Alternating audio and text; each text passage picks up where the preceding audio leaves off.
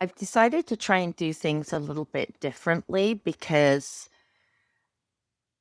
as I start to grow the company Unlabelled and Limitless with my team of co-founders and contributors, we're finding ourselves in these situations where we want to write, we want to record podcasts, we want to get going and bring all sorts of things to the people that are going to come on this community with us, are on this journey with us, our community, our friends, etc.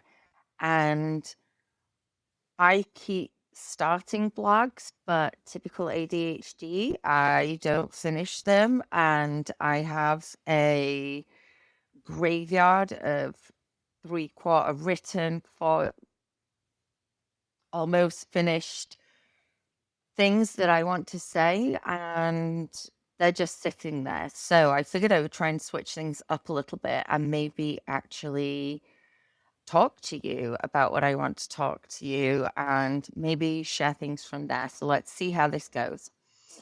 So I think the first thing I really want to talk about today is World Mental Health Day. And World Mental Health Day is coming up on October 10th. And this month it's also ADHD Awareness Month. And while I see the value in awareness days and recognition days and the time and effort that goes in from countless professionals to really raise awareness on these days, the problem I have with it is that once the months end or once the days are over, we are focusing on the next thing as if it's a sprint and not a marathon. And mental health or mental wellness, I think, deserves a lot more attention than a recognition day or a moment where the United Nations kind of shares some statistics or sets guidance or creates this environment for us to share our stories. And many of us do share our stories, and some of them quite personal and courageous and informative. But then we move into the holiday period and we start seeing people walking into emergency rooms with an accident and emergency for those British people out there, with serious injuries, with mental health, with an increase in mental health problems. We have an increase in hospitalizations through the winter months. We have an increase in suicides in the winter months. And it pains me to see that on October 10th, we have this shared moment together where we acknowledge that these things exist in our world and it's something that we should be aware of, and our companies are doing these things to help. But in reality, the very next day, everybody's actually doing the exact opposite to what we've learned and talked about on World Mental Health Day. And they're adding to stress, they're adding to burnout, they're adding to debt, they're adding to pressure and whatever else it is. And I think that rather than some of the lip service, and don't get me wrong, there are some companies out there that are doing amazing things to help alleviate this problem, especially within the workplace. But not everybody is lucky enough to have access to those. And a lot of people's workplaces are in their own home or somebody else's home or in somebody else's educational facility. So not everywhere is created equally. Not every environment is created equally. So for those people that are doing something and those organizations that are truly committed to year-round wellness, that want to take this moment on World Mental Health Day to look back at what they've done and what they've accomplished and what they can share with other companies about taking on these programs and participating meaningfully in the health and wellness of their employees. Instead, companies do what they do, where they pink wash and they rainbow wash things, where it's, oh, okay, it's Pride Month, so let's get the flags out and let's share some stickers and let's have some kind of an awareness day led by Rainbow ERG or Women's ERG or People of Colors ERG, etc.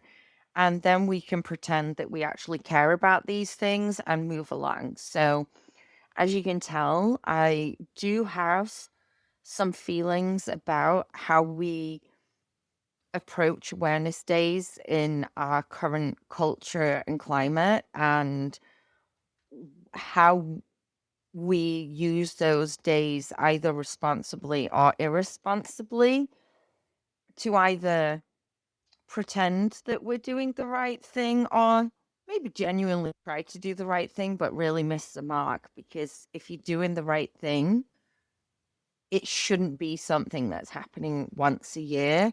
And mental health isn't something that happens once a year, right? Your mental wellness is a culmination of all the sums of all the parts. Like, how's your home life? How's your finances? How's your work life? How are your friendships? How are your parents? How are your children?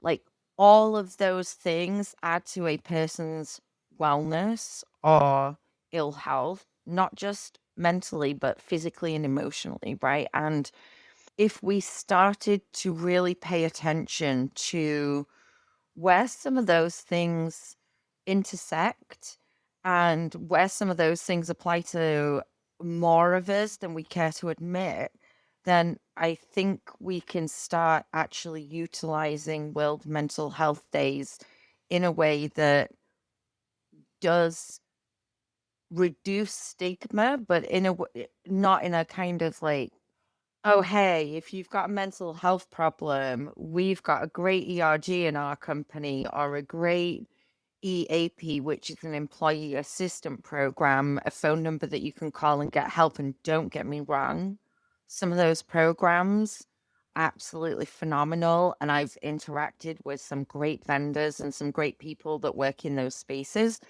but not everybody has access to it. In fact, I'd say a minority of people have access to it, right? So we've got to be a little bit more accessible, and we've got to recognize that the majority of people do not work in workplaces where mental health is a privileged enough issue for people to give it the time and attention it deserves, or for leaders to take a step back, for investors to take a step back and realize there's only so far you can push human beings. There's only so many layoffs you can make. There's only so many department budget cuts you can create before people just break and can't do the work. And there is a huge fear of AI at the moment, and AI coming in and being able to take over a lot of these roles. But the fact of the matter is, AI isn't ready to take over most of these roles. There are major glitches in the system.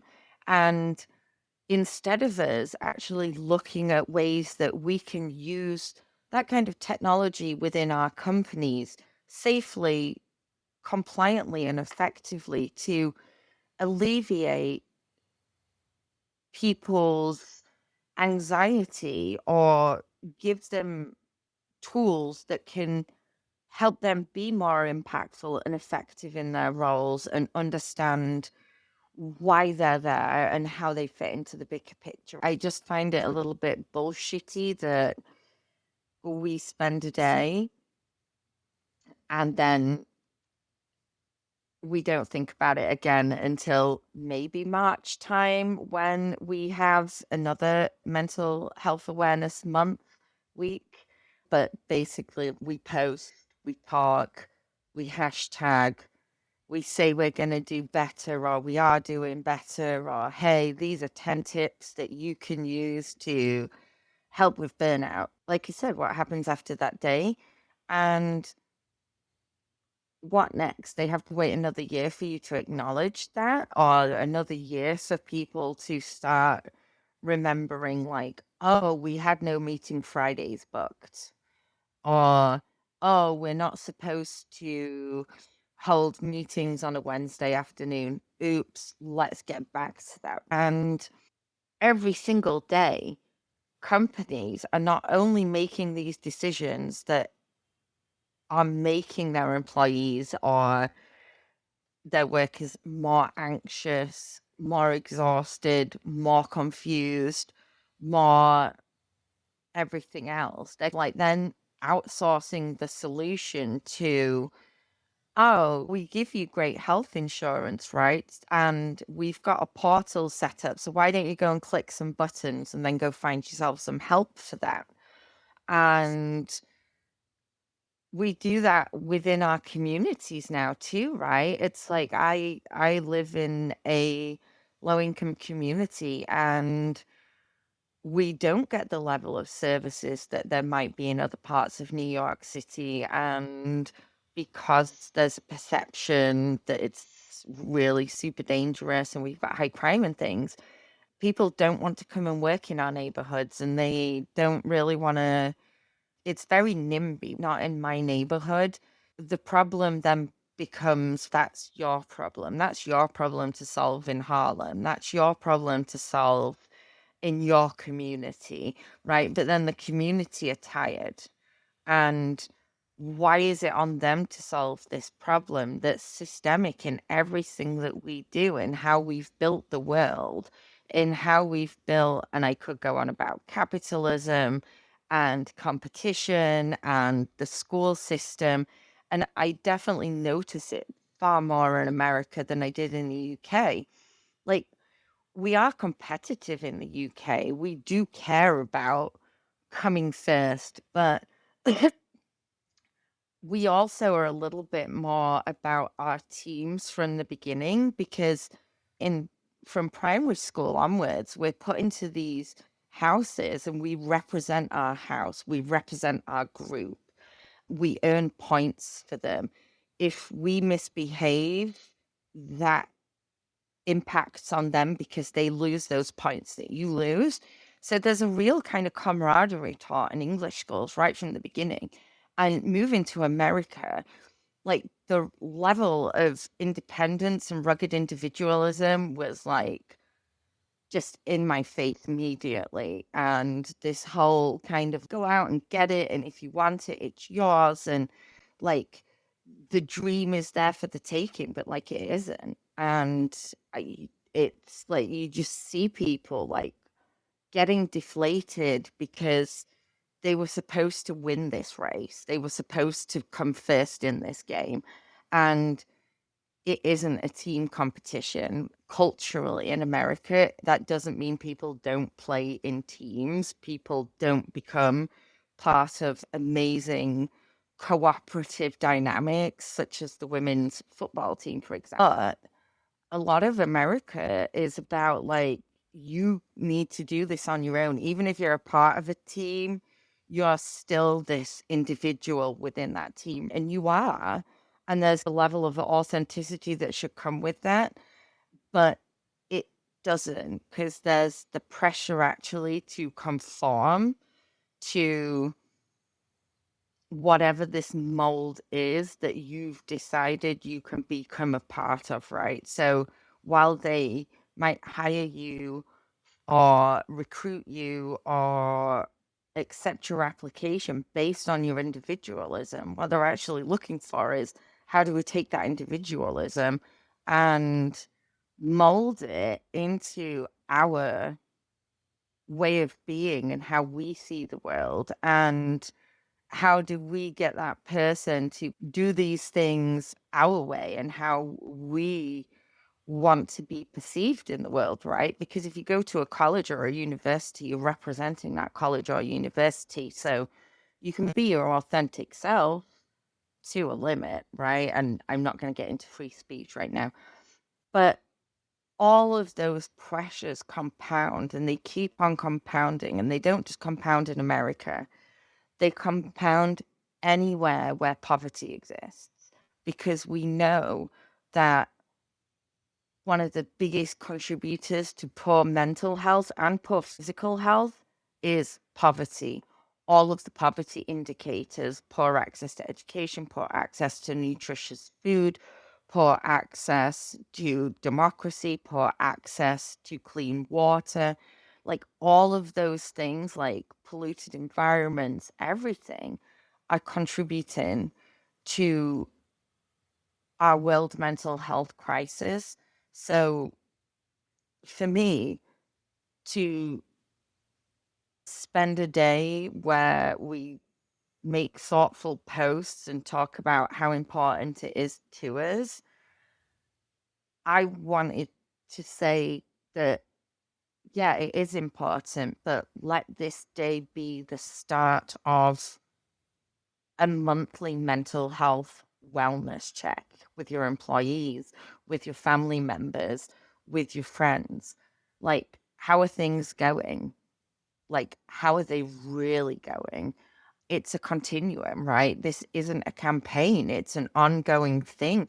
And the more that we are moving into these kind of darker months, and in many people's perceptions, darker times, it's important that we not only focus on those deficits, it's important that we don't only focus on telling people that people like me that have mental health diagnoses exist in the world, and hey, we're not all these knife wielding, schizophrenic stereotypes that you see in the news, right? But even those stereotypes are quite often wrong.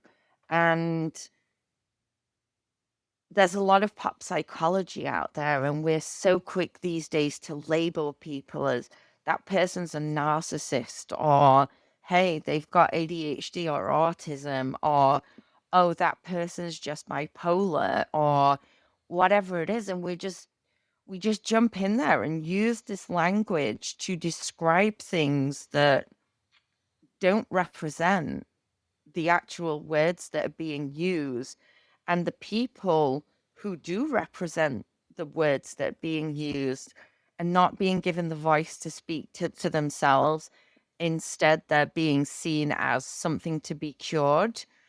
They're being seen as something to study and understand so that we can then teach them, us, how we can do things differently to fit into the mold. And that, in my opinion, is where a lot of mental illness comes from, is we're trying to make too many people out there fit into molds that are too small, or no longer work, or are cracked, or don't exist. And instead of building new molds, we just keep trying to hammer them in and hammer it in. And we look at this medical model of mental health as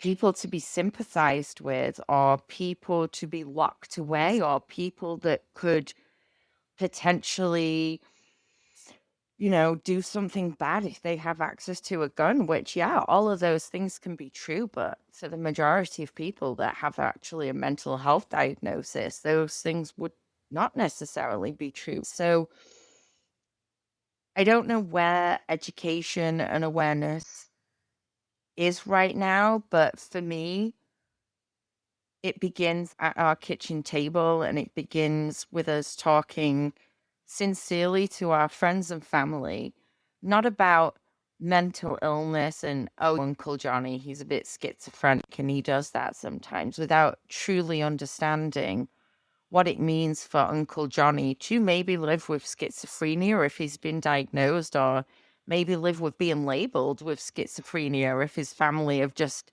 decided that, but he's undiagnosed. And I think that we could take a more careful approach to how we're addressing awareness month and days, because people are getting exhausted by them. It's every month there is literally a different awareness, and then hey, this awareness month crosses over with this awareness month now, and then these two. And what that tells me is we have so much intersectionality within the diverse minority groups all around us. And instead of competing for space and recognition days and months, that maybe we all start working somewhere at the intersectionality of what we're trying to achieve, and we could find a way to weave these things together. And it's just really complicated for me, because I do understand why we need to put information out there, why we need to hold space for all of the things, but so much of it is already connected. And I think if we slowed ourselves down a little bit and began having more conversations with each other and not excluding the voices of people with disabilities, with diagnoses or suspected neurodivergent traits, or with just other sorts of differences in thinking or being or existing, right? I really think we could already cut out a huge chunk of the pressure on the mental health system, because we're bringing that belonging back within all of those groups of people. We are more connected than we realize. And I probably sound like I've got crystals going right now, or I'm getting all philosophical and spiritual. But I think maybe instead of recognition days, we need just general recognition practices that are baked into the fiber of what we do as companies, as communities, as families, that we may not be the same, we may not think the same, we may not value the same things, even if we live in the same household. However, I recognize that difference is what makes you unique. That difference is what helps us as a society, as a community, etc., have different strengths, different perspectives, and different ways of doing things. So let's nurture that. And if we were able to bring that level of belonging into our immediate family environments and our immediate community environments, that would have a ripple effect out into the schools, out into our communities, out into other places, because it kind of grows kindness and positivity and just smiling at somebody, right? That really spreads very quickly, and that positivity continues. And if we can get ourselves back to that foundation where we stop thinking about ourselves as individuals that have to compete to get to the top of a mythical mountain to be the best at something for what, a second until the next best person comes along, then we're going to keep on in this cycle of mental unwellness. And it's just time that we break that and recognize that it's good to have all the stuff that we've got as humankind. It's good to have the progression that we've got, but maybe now is a good time for us to pause as an entire world community and really have conversations with each other, take stock of what we've got, and look at what is going to be helpful for everybody's future. But a girl can dream. We do value World Mental Health Day at Unlabelled and Limitless, and we are going to post some resources for the various locations of who you can contact, professional services, etc., that you can contact if you do need to reach out to somebody, if you need care, if you need support. But what we're really going to focus on is moving our mission forward so that we can help to create that belonging wherever you are, wherever we can reach you, wherever you can hear our voices or read our blogs or access our websites. However you come to us, our mission and our commitment to you is that we're not just going to make it about World Mental Health Day. For us, every day is World Mental Wellness Day, and we're here to try and look for solutions and provide voice and a space for people to talk about it and come up with ideas and share what it's really like to live in the world that we live in and the brains that we live in, and how you misjudge us and misrepresent us and certainly misunderstand us. That's all for now. Over and out.